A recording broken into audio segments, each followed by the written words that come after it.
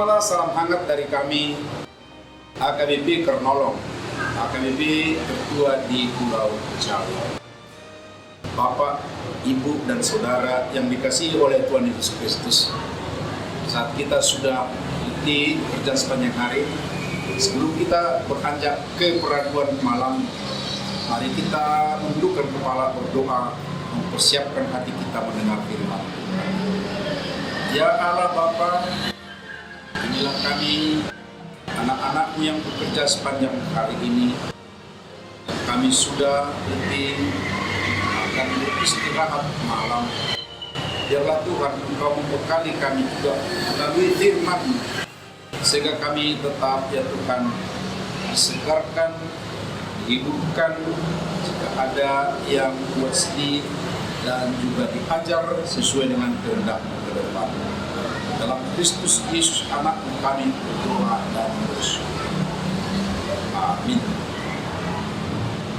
Bacaan firman Tuhan pada malam hari ini sesuai dengan Almanak AKBP adalah 1 Korintus 1 ayat 18 sampai 31. Pembimbing renungan dari ayat 24.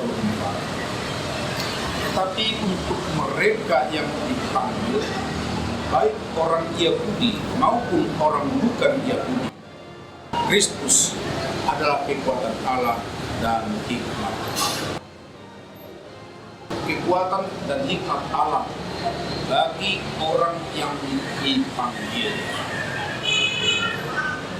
Menjadi militer, yaitu warga negara suatu pemerintahan yang dikhususkan menghadapi musuh atau membela negara. Mereka tidak terus disuruh pergi ke medan perang.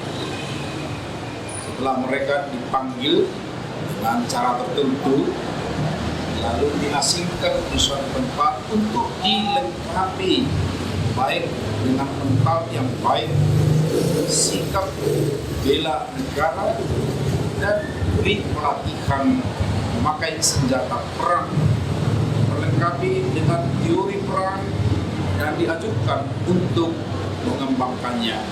Kemudian diberikan mandat berjuang. Hampir sama dengan itu kepada murid-murid Yesus. Dipanggil dari berbagai latar belakang mereka. Kemudian bersama dengan Yesus dilatih untuk memberitakan kerajaan Allah, bagaimana menghadapi musuh biasa atau musuh-musuh yang sering muncul, juga musuh besar, yaitu musuh yang sesekali mungkin muncul, tapi kekuatannya amat besar. Keduanya, ukuran musuh itu sebenarnya sama saja, harus dihadapi dengan kejelian dan kekuatan atau kuasa. Oleh karena itulah Tuhan Yesus memberikan kuasa kepada mereka yang dipanggilnya dan diutusnya, dapat mengusir roh-roh jahat dan untuk menyadarkan segala penyakit dan segala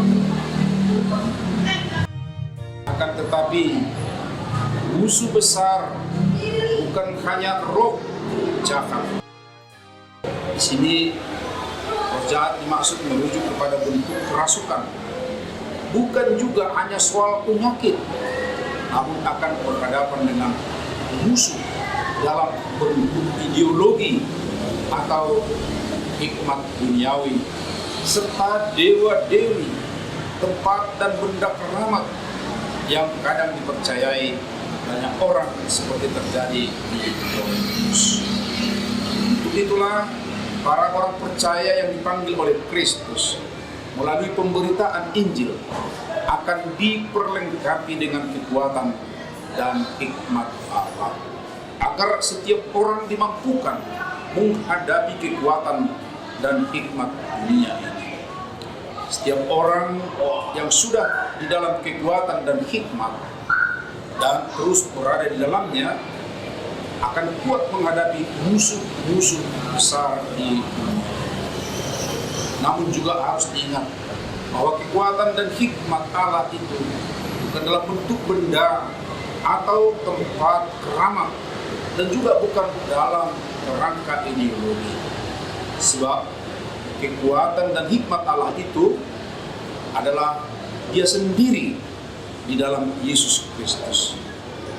Artinya Yesus Kristus, yaitu Allah yang menjadi manusia, mati dan bangkit, telah mengalahkan sengat iblis, sehingga iblis tidak dapat mengalahkan manusia yang sudah berada dalam Kristus. Sobat renungan malam Shalom yang disapa oleh firman Tuhan saat ini, tetaplah di dalam Kristus yang adalah kekuatan dan hikmat Allah, supaya kita dimampukan menghadapi semua musuh kita dan kehidupan ini. Amin. Mari kita berdoa. Kekuatan dan hikmat Engkau telah beri dan sediakan bagi kami, ya Allah.